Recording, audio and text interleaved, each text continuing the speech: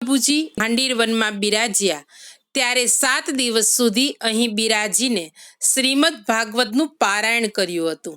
તે વખતે મધ્વ સંપ્રદાયના એક મહંત સ્વામી વ્યાસતીર્થ અહીં મઠ બનાવીને રહેતા હતા. તેમણે શ્રી મહાપ્રભુજી પાસે આવી વિનંતી કરી કે મહારાજ, આપ મધ્વ સંપ્રદાયનું આચાર્ય પદ સંભાળી મારા મઠમાં બિરાજો. મારી પાસે પુષ્કળ સમૃદ્ધિ છે, તે સર્વ આનંદથી ભોગવો. ત્યારે આપ શ્રી મૌન રહ્યા. રાત્રિએ વિષ્ણુદૂતો મોટા મગદળ લઈને વ્યાસતીર્થ પાસે આવ્યા અને તેને મારવા માંડ્યા.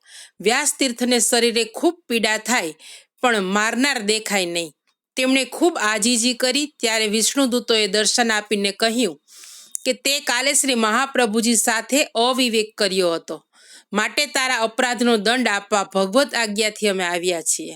વ્યાસતીર્થજીએ ખૂબ વિનંતી કરી ત્યારે વિષ્ણુદૂતોએ આવો અપરાધ ન કરવાની ચેતવણી આપી.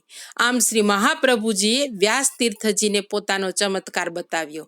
તેથી બીજે દિવસે સવારે આવી અને વ્યાસતીર્થજીએ શ્રી મહાપ્રભુજીની ક્ષમા માગી.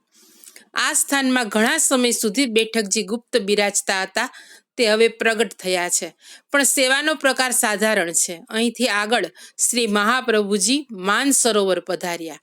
માનસરોવર પધારતા રસ્તામાં આપ શ્રીએ અત્યારના વૃંદાવનમાં મુકામ કર્યો.